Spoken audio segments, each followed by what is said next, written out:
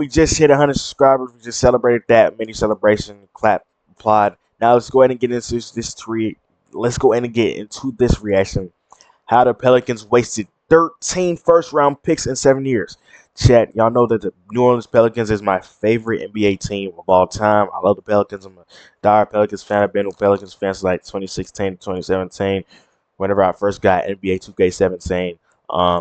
And I was always them. And I always, if I'm ever doing an NBA if I'm ever doing a my NBA on NBA 2K, I always choose the Pelicans as my team because I just love the Pelicans. I just do. I go to Pelicans all the time. It's just I love the Pelicans, chat. And like I'm a diehard loyal Pelicans fan. I remember in 2023, whenever we got first seed in like the middle of the season. After that, we haven't been there since. So yeah, and I'm very, very, very sad, but it's okay, chat. You win some and you lose some.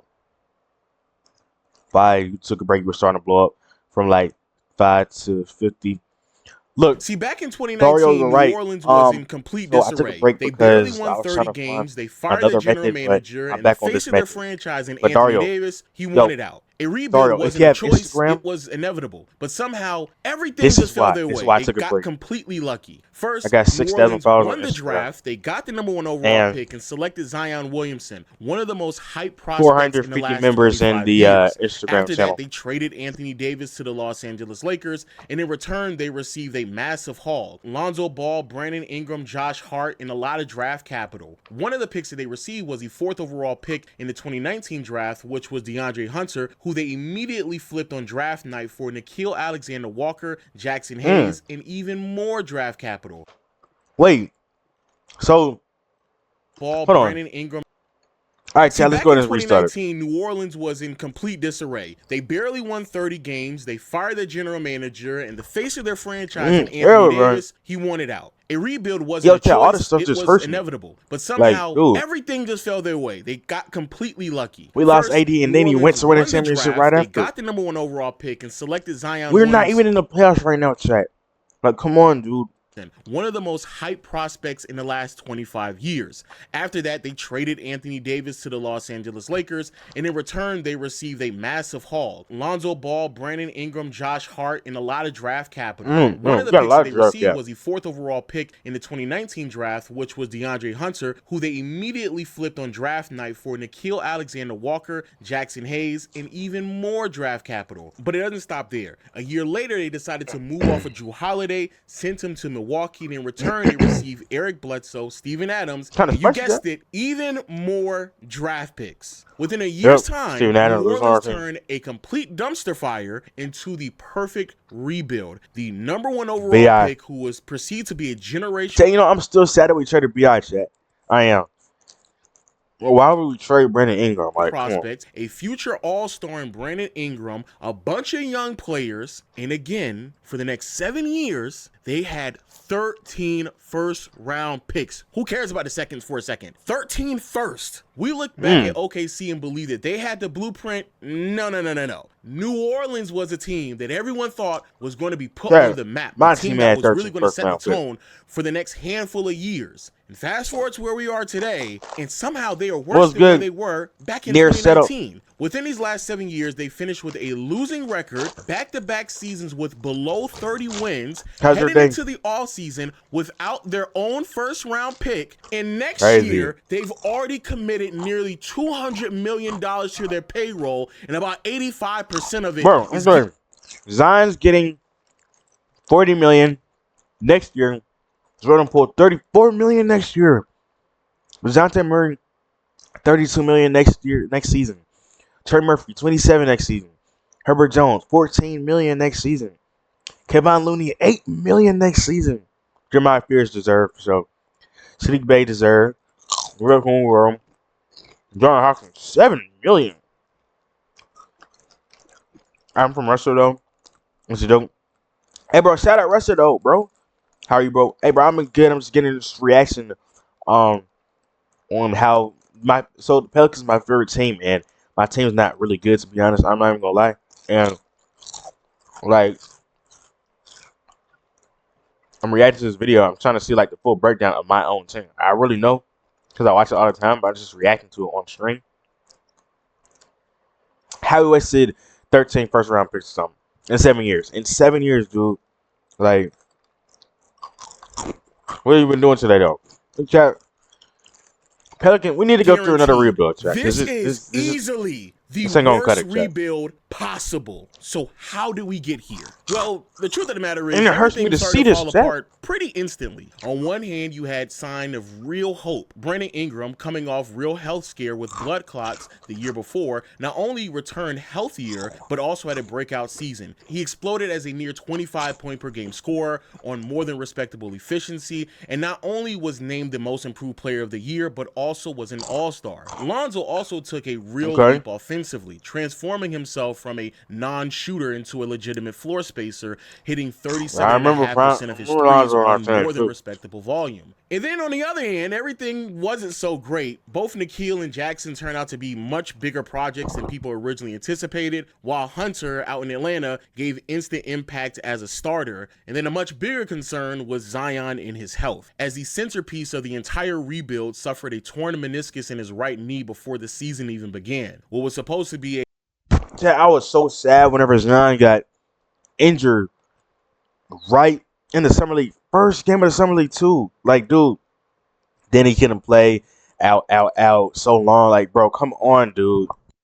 A historic rookie campaign turned into a lost season. Zion didn't make his debut until January and only played 24 games in totality. And just like that, in year one, the Pelicans were already dealing with one thing that will continue to define this entire rebuild: the uncertainty around Zion's availability. Even with their franchise player missing most of the season, New Orleans nearly matched the amount of games that they won in the season prior, and they did so in a shortened year, which of course was extremely encouraging for the future, because if this was the floor, then their ceiling seemed extremely high. We know that's not the case, but just follow me for a second. The next offseason, coming off of the promising year, the Pelicans leaned even further into their rebuild. They continued to stockpile on young talent, but also made one of the most defining moves in the entire era. They traded Jrue Holiday to the Milwaukee Bucks, bringing in Eric Bledsoe, Steven Adams, and again, more draft capital. They also brought in head coach Stan Van Gundy, but more importantly, they finally had a healthy season from Zion. In his sophomore year, Zion looked exactly like what New Orleans would.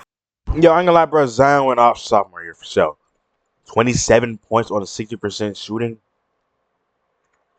Like, dude, he was doing great, chat. Hope he will become a dominant, unstoppable force. He attacked the rim relentlessly, controlled the glass, overpowered defenders night after night, and the numbers reflect this as well. 27 points per game, an all-star selection, and showed real promise to be a franchise star and potentially even being a generational talent. And yet, it really didn't translate to wins. And matter of fact, the Pelicans actually got worse. New Orleans finished the season with a record of 31-41, regressing despite Zion's breakout, and the reason became very clear: the roster around him simply didn't fit. Outside of Lonzo and B.I., man, there really wasn't nobody else in that team that could really shoot at all. I actually believe they were the only two players on that roster that shot 35% or better from three. And so if you don't have proper floor spacing around Zion, we all know what's going to end up happening. And so just 2 years into the rebuild, you would assume they would have taken a step forward, but if anything, they started to take a step back, and somehow it ended up getting worse. The 21 all-season became one of the most pivotal moments in the entire rebuild, a preview for everything that would go right and everything that would go wrong. Coming off of a disappointing season, New Orleans once more added more young talent. They held the 10th overall selection, but more importantly in the draft, the biggest addition that they made was Herb Jones, a second-round steal who would eventually become a real cornerstone for what this team is going to look like in the near future. But the real storyline of the summer was identity. How can New Orleans maximize this team around their franchise player that can give you generational heights? And within his one and only season, Stan Van Gundy really started to open up who Zion truly could be, and that was a point forward. The young prospect in his sophomore season showed real promise and potential as a ball handler, initiating offense and creating opportunities for everyone else, and it worked. It gave New Orleans a real offensive identity for the first time, and so they leaned into it. They traded Eric Bledsoe, Steven Adams, and the number 10 overall pick, and in return received Jonas Valanciunas, Devontae Graham, and Trey Murphy. Now, as we all know, Trey Murphy, just like Herb Jones, would turn out to be a key piece to what the team looks like today, but the reason why they did this trade Trey's was so to get clean off right now. of Eric Bledsoe and Steven Adams' contracts, as well as them just being bad floor spacers, while also bringing in someone like Devontae Graham, who was a three-point shooter, but at a price point that was far less than what they were going to have to pay Lonzo if they would have kept him on this team. And so with Devontae Graham on the roster, they decided to move off Alonzo to the Chicago Bulls in a sign-and trade and really didn't receive much in return for him. But in all honesty, it didn't really matter. Point Zion was here. You put three-point shooters around him, put the ball in his hands, and just see what you can do with it. It's going to work. You don't have to worry at all because he was a wrecking ball last season and he just needed better floor spacing. And so heading into the season, that's what everyone thought they were going to receive. We're all anticipating that. Man, just say injured, bro, right after, dude. Like, come on, bro. I'm tired of this. I'm tired of us not winning, man. Let's just win it, man. Come on. Then, things fell apart once more due to injuries. During the offseason, Zion suffered a Jones fracture in his foot. At first, it didn't seem catastrophic. He was expected to come back by the start of the season, but then his return got pushed back to Christmas, and then it got pushed back to the All-Star break, and then eventually he was ruled out for the entire year. And just like that, you have another lost season in the books. It was good, Zion, Penny. How are you? The entire system collapsed as the Pelicans leaned heavy into this idea of making Zion a more heliocentric player. But in the middle of the season, New Orleans tried their best to salvage what they could of the year. The Pelicans Penny, we hit 100 immediately started to subscribers on realize the that MylesAllDay being live that channel today. dependent on Zion probably isn't the greatest thing in the world. So they decided to go after someone who was a bit more dynamic than Devontae You need to watch Graham. And more MylesAllDay importantly, live Nikhil was taking way too long to videos that I start to dropped progress today. as a young prospect. So they decided to trade Nikhil Alexander-Walker alongside Josh Hart and the 2025 first-round pick that they received from Milwaukee in the Jrue Holiday trade to Portland, and in return, they received We had CJ Nikhil McCollum. Alexander-Walker, The idea too. was very simple. Add shooting and a veteran presence around Zion when he returned, and the impact should be great enough to elevate the team to playoff status. But the My impact gosh, Herb was far Jones? more immediate than they thought. With CJ on the roster, he brought stability, scoring, and leadership, and somehow the Pelicans started to win. They rallied into the play-in, fought their way to the playoffs, and made their first postseason appearance during the rebuild. Thank you so much, it didn't Penny. last long. They were eliminated in the first round, but for a moment, it looked like the rebuild finally had its direction. There was That's what I'm saying, like, bro, we were good in 2023, dude. Like, we were all right, man. Like, it was good enough, what was it all bro. going to look like when Zion was back?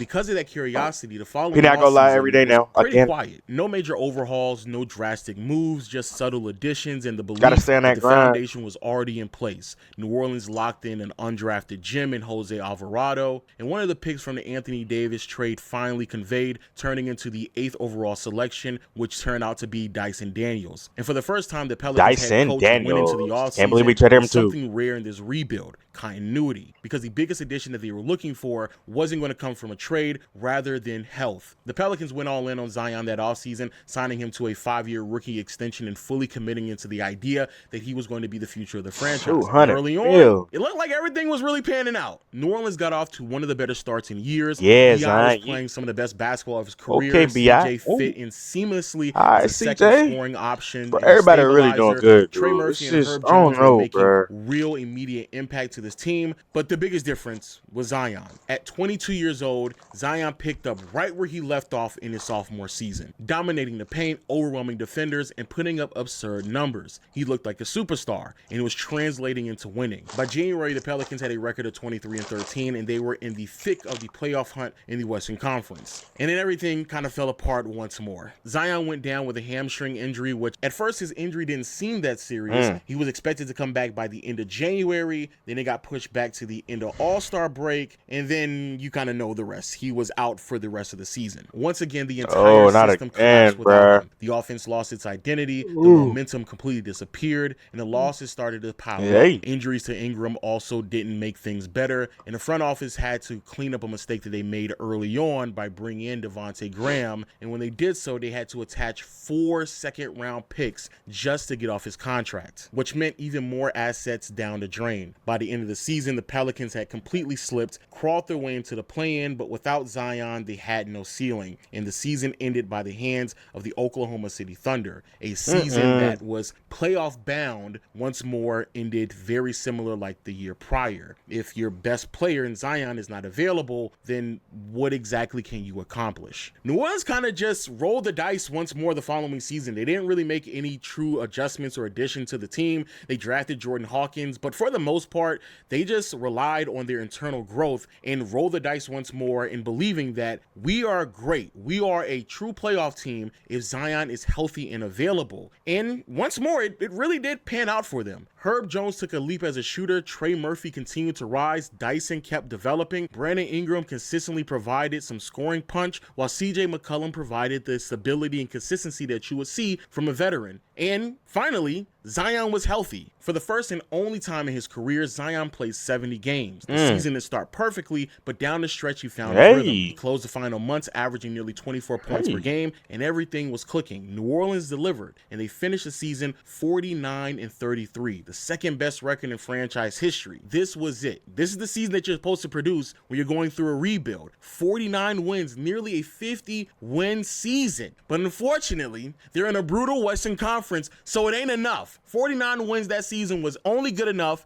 to make the 7th seed. So just like last year and the year before that, they found themselves in a play-in. And this time, they had to go up against the Los Angeles Lakers, the team that they traded their previous franchise player to in Anthony Davis. This was a moment. This was real. And quite frankly, this is an opportunity for Zion to honestly step up and show to the world that he is a legitimate star. And that he did. In a must-win game that featured both LeBron and Anthony Davis, Zion Williamson was undeniably the best player on the floor. He finished the night scoring 40 points, grabbing 11 rebounds, facilitating 5 assists, and it quite frankly felt like a statement. But unfortunately, that statement, once more, was short-lived. In the final minutes of that game, Zion went down with another hamstring injury, keeping him sidelined not only for the rest of that game, but also 2 weeks. It was another collapse. New Orleans lost the game. They managed to beat Sacramento without Zion, but couldn't stay alive much longer. What should have been a breakout season ended up very similar to the other ones. Short-handed, short-lived, and ultimately disappointed, as the Pelicans were swept in the first round by the Oklahoma City Thunder. So once more, the question continued.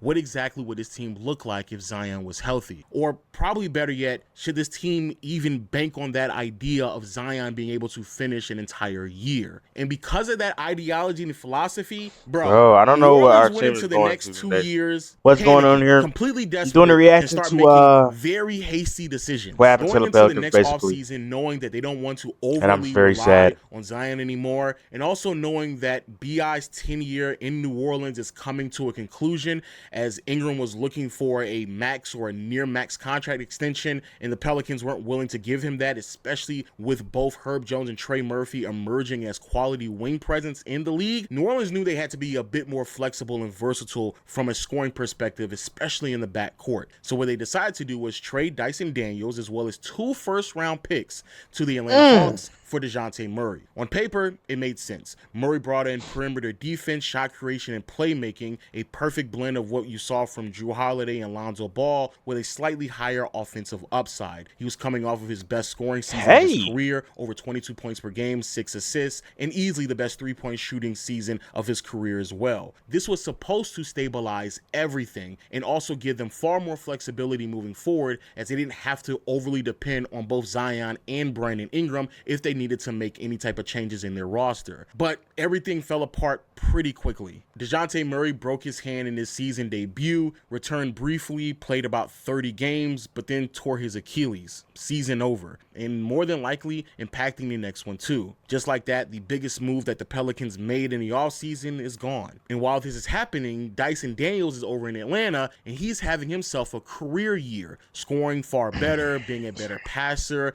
and producing numbers that not only CJ on there the too, league in steals, but also receiving the most improved player of the year award. Yikes. And while all this is happening, Ingram and the relationship that he has with the franchise is clearly fractured to the point where it's no return. BI wanted near max, New Orleans hesitated, and after dragging it on for way too long, his value dropped. At the deadline, he finally was moved to the Toronto Raptors for Bruce Brown, Kelly Olynyk, and a 2026 first-round pick that belonged to the Indiana Pacers. A very small return for a player that was once viewed as a centerpiece to this rebuild. Yeah, And now why? with Murray out, as well as Ingram, the Pelicans are right back where they started, overly depending on Zion. But it's not going to work out because he's never really healthy and available. Another hamstring injury early on the season for Zion, causing him nearly 30 games. And then when he returned, there were flashes, but also concerns. A suspension for missing a team flight, a repeated issue with accountability, according to head coach Willie Green. And just like that, right before he could bounce back, he got hit with another injury, a back contusion in March that ended his season after just playing 30 games. And with arguably the three best players not available, the season concluded with only 21 games in the win column. The Pelicans in 1 year went from a 49-win season, second best in franchise history, to a 21-win season, tied for the second worst in franchise history. All in 1 year. Bro, so all that rebuilding, and somehow they were right back at rock bottom. But somehow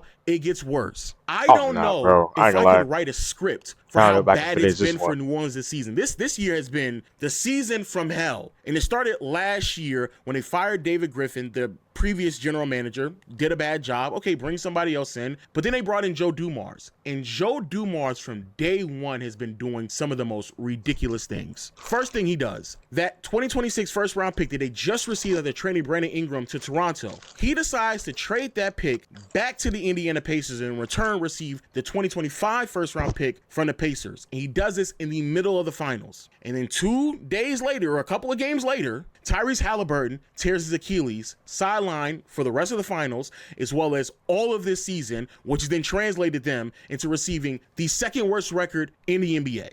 So, out the gate, you just lost a top 5 pick. Terrible. So what exactly do you do with this new draft pick that you have from the Indiana Pacers? You trade it immediately. The Pelicans had the 7th overall pick because how bad their year was last season, and so that turned out to be Jeremiah Fears. They then decide to package the Pacers' first-round pick and trade their next year's first-round pick and gives it to Atlanta so they can move up in the draft to receive Derek Queen. As we all know, fast forward to where we are right now, the Pelicans are one of the worst teams in the NBA. Yep, I can't finish this joint. Oh my gosh, bro. Come on. Queen is amazing. He's fantastic. But effectively, basically what New Orleans has done is traded 2 picks that are going to turn out to be top 5 selections in one of the most loaded draft classes in the last 20-some years. 2 of them for Derek Queen. Derek Queen is nice. He ain't that good. So out the gate, it started off nasty. Following that, Joe Dumars says, you know what we need to do? We need to trade CJ McCollum for Jordan Poole because we need more ball handling while DeJounte Murray is out for probably most of the season. They bring in Jordan Poole, and not only is Jordan Poole missing games, but he's horrendous while also being on one of the worst contracts in the NBA. Poole is not scoring efficiently, terrible defensively, and also he's getting paid north of $30 million. Matter of fact, even in a handful of games that DeJounte Murray has played this season, he's damn near been as impactful as Jordan Poole has. And again, DeJounte Murray was recovering from a torn Achilles. And while all this is happening, Herb Jones has regressed terribly. Like, he's shooting sub 40% from the field, 31% from behind the arc, and not the same defender that he was 2 years ago. They received nothing for Jose Alvarado, basically, at the trade deadline. And the irony of all of this is that Zion is actually healthy. Zion is going to finish this season playing the second most games he's played in his entire career. And they're still losing basketball games. The Pelicans are going to have another season sub 30 wins. They are easily one of the worst teams on both sides of the ball. The team that was trying their hardest to build a functioning roster around their franchise player went right back to awkward fits alongside Zion. But what may be even more damning and concerning is that even with Zion playing as many games as he normally does throughout his career, it's just not that impactful as it once was because Zion is very clearly regressing as a player. Zion isn't as aggressive as he once was before. They They put him on a minutes restriction. He doesn't attack the glass as often. He's not as great as a finisher either. And any glimpse and hopes of any of his athleticism translating to the defensive side of the floor, it's never, ever going to happen. So now we went from, well, what if Zion is healthy and available, to, well, we don't need to rely on him on that much at all, to now, is Zion even a franchise player? And again, while all this is happening, they're about to go into next season. They don't own their pick. They had the Pacers pick as well, and they have nearly $200 million committed to this roster. And Joe Dumars at the deadline told the world that he actually believed that this is a playoff team, so he was unwilling to trade anyone. I'm sorry, but this is the worst rebuild I have ever seen in my life.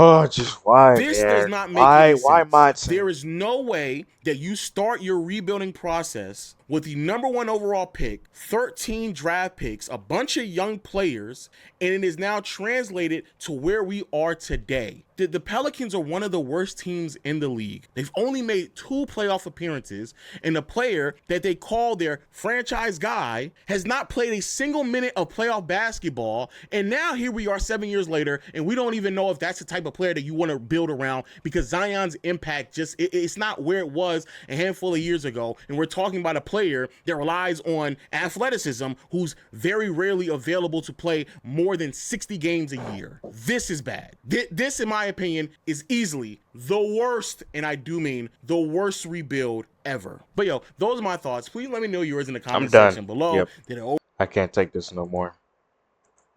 Nah.